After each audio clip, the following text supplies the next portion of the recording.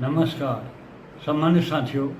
मैं रमेश चंद्र पांडे आज अपने YouTube के चेत जाओ चैनल, जो कि विकास के प्रति जवाबदेही से जुड़े सवालों पर बेबाकी से अपनी राय व्यक्त करने के लिए बनाया गया है,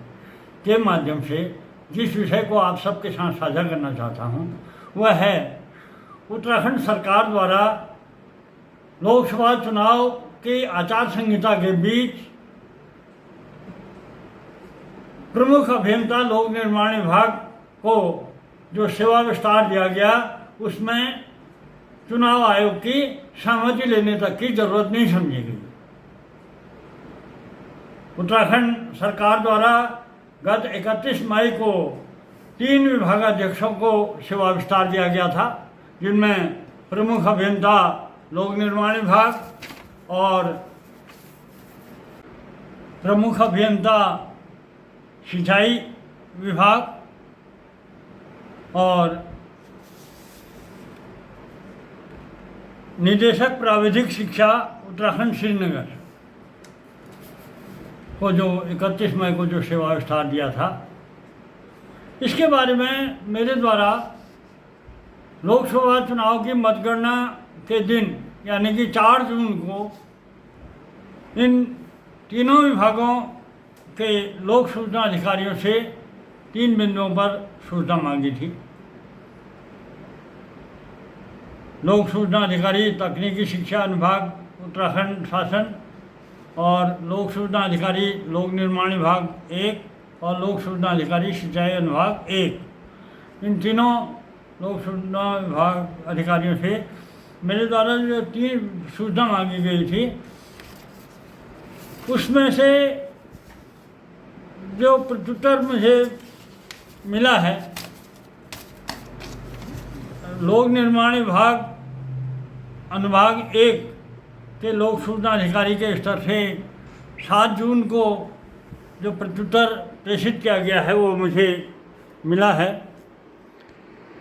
ये प्रत्युत्तर जो मिला, इसमें जो मेरे द्वारा 3 बिंदुओं पर सूचना मांगी गई थी, उसमें कहा गया है कि पहले तो मैंने मांगा था, पहले बिंदु पर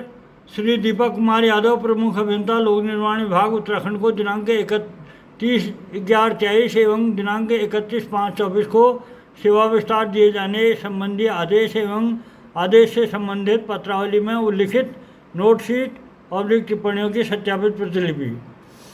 इसके बारे में तो इन्होंने बताया, प्रत्युत्तर उत्तरालेख में कह रहे हैं कि वांछित सूचना पत्रावली संख्या 01/13 अधिष्ठान 2021 के 18 पृष्ठों में धारित है। और दूसरे कह रहे हैं, दूसरा बिंदु था श्री दीपक कुमार यादव प्रमुख अभियंता लोक निर्माण विभाग को जिस नियम के तहत सेवा विस्तार दिया गया, वह नियम तथा नियम की सत्यापित प्रतिलिपि। इसके बारे में इनका कहना है कि वांछित सूचना कुल 6 पृष्ठों में धारित है। और तीसरा है, श्री दीपक कुमार प्रमुख अभियंता लोक निर्माण विभाग को दिनांक 31/5/24 को सेवा विस्तार का आदेश जारी करने से पूर्व चुनाव आयोग से सहमति लेने हेतु प्रेषित पत्र एवं चुनाव आयोग से प्राप्त सहमति पत्र एवं तत्संबंधी पत्रावली में उल्लिखित नोटशीट और टिप्पणियों की सत्यापित प्रतिलिपि। इसके प्रत्युत्तर में इनका कहना है कि वांछित सूचना संबंधी शासनादेश दिनांक 31/5/24 के पृष्ठांकन संख्या 3 के माध्यम से मुख्य निर्वाचन अधिकारी उत्तराखंड देहरादून को सूचित किया गया है। तो ये इनका प्रत्युत्तर है। विशेष रूप से बाकी जो 2 बिंदुओं पर जो सूचना मांगी गई है, उसके बारे में तो इन्होंने कहा कि कुल 24 पृष्ठों की सूचना में धारित है। बिंदु संख्या 1 और 2 की सूचना 24 पृष्ठों में धारित है, जिसके लिए 2 रुपये प्रति पृष्ठ की दर से 48 रुपये का भुगतान जमा करने के बाबत मेरे से कहा गया है। लेकिन तीसरे बिंदु की सूचना स्पष्ट रूप से प्राप्त हो गई है, जिसमें हमने कहा था कि इनके जो सेवा विस्तार दिए जाने संबंधी जो आदेश जारी हुआ, उससे पूर्व क्या लोकसभा मुख्य लोक चुनाव आयोग से सहमति ली गई है, तो उस बार जो पत्र मांगा था उसके बारे में इनका कहना है कि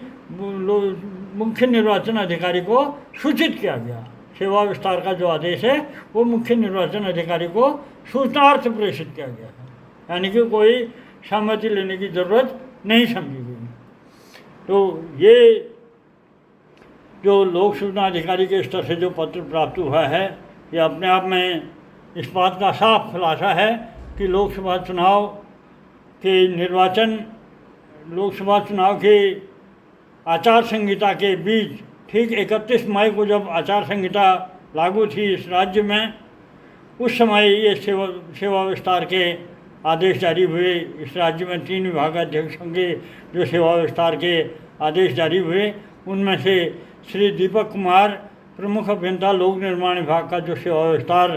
का आदेश जारी हुआ, उसके लिए चुनाव आयोग से कोई सहमति नहीं ली गई और बाकायदा चुनाव आयोग को इस सेवा विस्तार के आदेश की प्रतिलिपि सूचनार्थ दी गई। तो स्पष्ट रूप से चुनाव आचार संहिता का यह उल्लंघन का मामला है और इस पूरे मामले को मेरे द्वारा, मैं भी अपने इसी चैनल के द्वारा उजागर किया गया था पूरे विस्तार से, और तीनों विभागाध्यक्षों को जो सेवा विस्तार दिया गया था उसमें मेरे द्वारा स्पष्ट रूप से कहा गया था कि वित्तीय हस्त पुस्तिका खंड 2 भाग 2(4) के मूल नियम 56 क में 11 जुलाई 2002 को संशोधन हो जाने के बाद राज्य में सेवा विस्तार दिए जाने की व्यवस्था नहीं है। पूर्व में भी इस बात का मैं स्पष्ट रूप से खुलासा कर चुका हूँ। अब इस बारे में क्या इन्होंने कहा है कि 6 पृष्ठों में सूचना है जो नियम की, वो क्या आएगा उसे आप सबके साथ साझा किया जाएगा। लेकिन ये सबसे बड़ी बात यह है कि एक तो यह है कि चुनाव आचार संहिता के बीच में सहमति नहीं लिए बिना सेवा विस्तार के आदेश जारी कर दिए गए, और जिस पर हमने कहा था कि सेवा विस्तार की अगर चुनाव आयोग ने अगर सहमति दी है तो किस आधार पर दे दी जब व्यवस्था ही नहीं है। और दूसरा बिंदु हमने सवाल उसमें ये उठाया था कि अगर चुनाव आयोग ने से सहमति नहीं ली गई है लेकिन इसकी प्रतिलिपि चुनाव आयोग को मुख्य निर्वाचन अधिकारी को की गई है, तो मुख्य निर्वाचन अधिकारी ने इसको संज्ञान लेते हुए इसमें क्या एक्शन लिया, ये बात हमने तो सवाल उठाए। अब एक तो ये स्पष्ट हो गया कि बिना चुनाव आयोग से सहमति लेने की जरूरत ही नहीं समझी गई थी, लेकिन उन्हें सूचनार्थ प्रतिलिपि की गई थी। जो सूचनार्थ प्रतिलिपि की गई थी तो उसमें चुनाव आयोग ने क्या एक्शन लिया, ये अब एक बहुत बड़ा सवाल यहाँ पर खड़ा हो गया है, क्योंकि चुनाव आचार संहिता के बीच में सेवा विस्तार दिया जाना सरासर आचार संहिता का उल्लंघन है, और इस आचार संहिता के उल्लंघन के मामले को संज्ञान में लेते हुए चुनाव आयोग द्वारा क्या एक्शन लिया गया, ये सबसे बड़ा सवाल उभर कर इस सामने आ गया है इस आरटीआई के उत्तर से। अब इसमें आगे जो भी डेवलपमेंट होगा,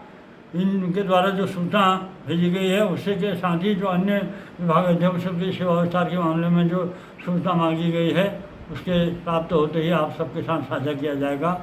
फिलहाल आपसे गुजारिश है कि मेरे चैनल को लाइक, सब्सक्राइब और शेयर करते रहें। धन्यवाद।